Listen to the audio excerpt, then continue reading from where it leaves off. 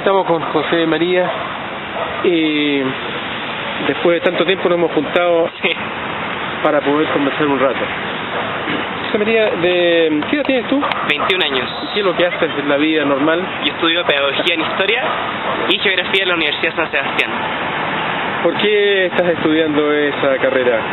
Mira, porque la historia para mí es un saber maravilloso que confluye con todas las aristas del hombre, y mezclarlo con la pedagogía, que también es algo que es muy útil para la sociedad, que es muy útil para el desarrollo, muy útil también para sacar a la gente de estructuras injustas, también es algo que me apasiona. Juntarla es lo mejor. ¿Tú eres católico? Sí, soy católico. ¿Por qué católico? Ajá. ¿Por qué católico? ¿Por qué católico? Porque, bueno, mi familia siempre fue católica. Desde chico también me han como inculcado esa religión, pero más que nada ahora es una opción personal. Porque claro, cuando chico te llevan a misa, te muestran las cosas, te van educando en una religión. Pero finalmente es uno el que elige qué camino seguir cuando ya está más mayor. Y yo elegí el catolicismo porque para mí significa más que una religión, es un modelo de vivir, y también es un estilo de vida que finalmente va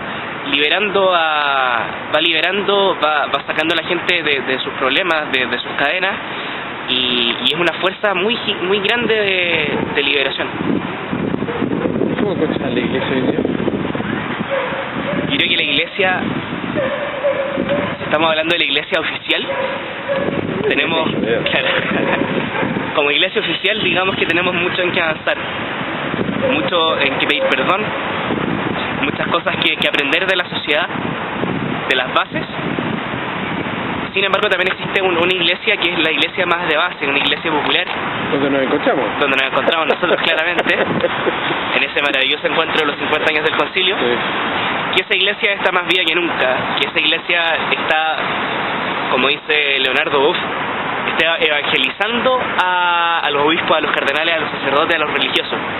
Que es una iglesia viva, que es una iglesia que no teme a manifestarse, una iglesia que está dispuesta a romper quizás con algunos dogmas que nos impone la iglesia oficial, pero que sin embargo también trabaja junto a ella, que está dispuesta a conversar, que está dispuesta a avanzar juntos, porque finalmente oficialistas y no oficialistas somos parte de la misma iglesia y somos parte de una misma causa, en el fondo, con distintos modos de verla, pero al final es la misma. Y hay que construirla desde adentro. Y hay que construirla desde adentro. Exactamente. ¿Y qué opino de la iglesia? Opino que estamos en un momento de crisis, un momento de falta de credibilidad, y eso se ha dado porque, claro, la misma iglesia, además de los abusos sexuales que han habido, también hay abusos intelectuales, violencia intelectual, puertas cerradas. En el fondo, muchas personas que son marginadas de la iglesia, los mismos homosexuales, por ejemplo, que son marginados de la iglesia. ¿Y por qué sucede eso? Por ignorancia. Muchas veces por ignorancia y por pensar que somos dueños de la verdad. Yo creo que la iglesia ha perdido credibilidad por eso, y tenemos mucho como ya he dicho, tenemos mucho que pedir perdón. Y estamos en un momento clave para poder avanzar en el perdón, para poder avanzar en la solidaridad con esta gente que ha sido injustamente echada afuera. ¿Tú cómo estás construyendo iglesia? ¿Cómo construir iglesia? Construir iglesia desde lo más cotidiano, a mi parecer. Claro que es como muy soberbio realmente yo construir iglesia, pero todos claro, sí, todos somos iglesia. En buen sentido, sí, sí. De lo cotidiano, yo creo que ahí se juega el rol del laico. El rol del laico se juega en las cosas más simples, desde ir a la universidad, ser honesto en los estudios, esforzarse, vivir en familia, con los amigos que muchas veces no comparten nuestras visiones, y ahí es donde nosotros vamos haciendo iglesia. Vamos construyendo iglesia en el diálogo, vamos construyendo iglesia en los estudios, en la solidaridad bien entendida. En esas cosas yo creo que se construye iglesia, en lo común. ¿Y tú participas más en parroquia? Claro, en este momento estoy trabajando en la pastoral universitaria de la parroquia de la Transfiguración del Señor, ubicada en Las Condes. Ahí estamos haciendo una labor muy interesante porque estamos confluyendo distintas visiones de iglesia en un solo grupo. Vamos dialogando con respecto a los temas que nos atañen, por ejemplo, el aborto, los abusos sexuales de la iglesia, cómo construimos iglesia justamente. Entonces ahí trabajamos y ahí nos estamos jugando la vida por la iglesia. Tú tocaste temas que son hoy día, entre comillas, peludos para la iglesia. Sí, como son los abusos y la homosexualidad. Exactamente, sí. ¿Qué opinas sobre eso? A ver, con respecto, vamos por parte. Primero los abusos. Yo creo que hay dos visiones de este tema. Primero está la extremadamente exagerada, que es pensar que es una patología de la iglesia propiamente tal. Y yo creo que es bastante común esa idea, que es la iglesia la que está mal y debería ser castigada. Y yo creo que también existe otra visión, que es la visión de no son poquitos, dejémoslo ahí. Yo creo que estas dos visiones son muy extremistas y hay que tener claro que es un problema de la iglesia, porque está en la iglesia, nos atañe a todos, laicos y religiosos, pero también tiene que ver algo con la psicología de la persona, porque el sacerdote o cualquier persona que abuse de un menor está mal psicológicamente.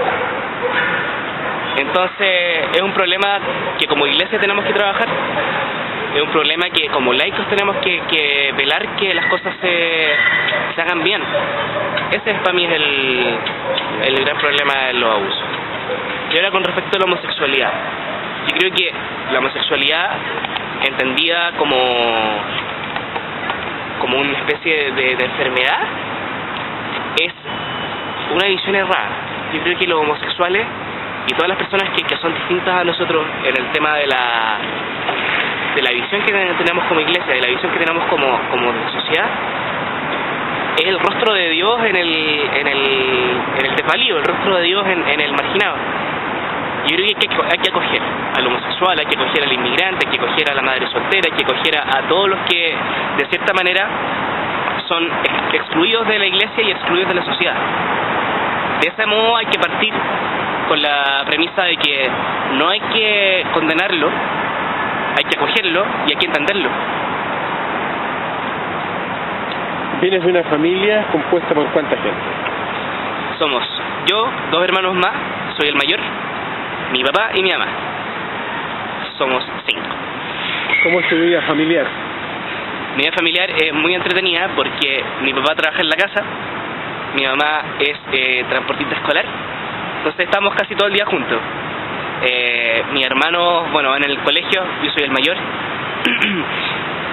Y es una escuela de iglesia, además porque es muy variada. Mi mamá es del Opus Dei, mi papá es ignaciano. Entonces es una escuela de iglesia y es donde se ve la diversidad de la iglesia en carne propia. Es muy interesante y es muy enriquecedor. Hay mucho amor y yo creo que ahí se juega todo, en el amor. ¿Y cómo ves a la familia en general, o lo que te toca compartir? Yo creo que hay una crisis de la familia. Hay una crisis de la familia en el sentido de que no necesariamente el divorcio, pero hay una crisis tal vez de cariño, porque tenemos a papás que trabajan tiempo completo, que no ven a sus hijos que pasan todo el día solos metidos en el computador o viendo televisión con la nana o muchas veces solos, y la familia es algo que se ha devaluado, se ha transformado en casi un instrumento publicitario, en algo que nos está deshumanizando. La familia moderna es una familia que cada uno por su lado, todos metidos en el smartphone. Entonces cada uno encerrado en su pieza y finalmente vamos construyendo murallas dentro de la familia y dentro de la sociedad, porque la familia es un reflejo de la sociedad. La política. Hablamos de todo. Sí. La política. Deberías conocer un poco más quién es. Sí, pues. La política, yo creo que en este momento estamos viviendo una etapa muy linda, muy inquietante para algunos sectores, que es el aumento de la política en la calle, el aumento de las demandas civiles y finalmente las bases se están dando a conocer. Pasamos de un tiempo en donde hablar significaba la muerte, donde expresar una opinión distinta significaba la cárcel, la muerte, la tortura, Y hoy día estamos viendo que todas las demandas del pueblo, las demandas de la gente están en la calle, y más vigentes que nunca. Yo creo que estamos viviendo un momento político que como iglesia deberíamos respaldar. Como iglesia deberíamos hacernos parte, que es el momento de las grandes mayorías, el momento del pueblo, de las masas. Y eso, para mí, es una bendición de Dios. El hecho de que nos podamos manifestar, el hecho de que podamos estar junto con las bases, junto con los pobres, junto con los homosexuales, junto con las madres solteras, eso para mí es maravilloso. Y eso se vive en la universidad, eso se vive en los sindicatos, eso se vive en la familia, eso se vive en muchas partes. Y la política finalmente es la expresión de Dios en la historia. Historia parecida a historia. Claro. ¿Qué valores son con los cuales tú te juegas? Primero que nada, la igualdad. La igualdad para mí es fundamental para poder avanzar como sociedad, porque estamos en un sistema en donde el norte se engorda a costas del sur, y donde los pobres son más pobres, los ricos son más ricos. Y claro, no es una igualdad entendida como todos iguales y todos para un mismo lado, sino que dentro de la diversidad social, que todos tengan oportunidades a la educación, a la salud, a la vivienda, a las cosas básicas que cada uno necesita. Eso es fundamental para avanzar en sociedad. El amor. Yo creo que a la sociedad le falta mucho amor, porque cada vez nos estamos volviendo más individualistas, nos estamos volviendo más hechos a lo que nosotros pensamos que es lo mejor para cada uno. Todo esto de la tecnología nos ha ido como aislando, y yo creo que el amor es uno de los motores más grandes de cambio. Nos jugamos tal vez por ideales muy nobles, pero como decía el Che Guevara, el revolucionario está guiado por sentimientos de amor. Sí, creo que eso es fundamental también. La solidaridad también, pero una solidaridad no posmoderna, porque estamos ahora tan acostumbrados ya yo dono plata, soy solidario, yo compro esto, soy solidario. Finalmente es una solidaridad de sillón. Eso, es una solidaridad de sillón. Y yo creo que tenemos que avanzar en una solidaridad que nos inmiscuya con el pobre, una solidaridad que nos ponga con los pies en el barro, los pies en la tierra. Eso es lo que necesitamos como sociedad. Amor, solidaridad, igualdad. ¿Qué lugar tiene para ti la oración?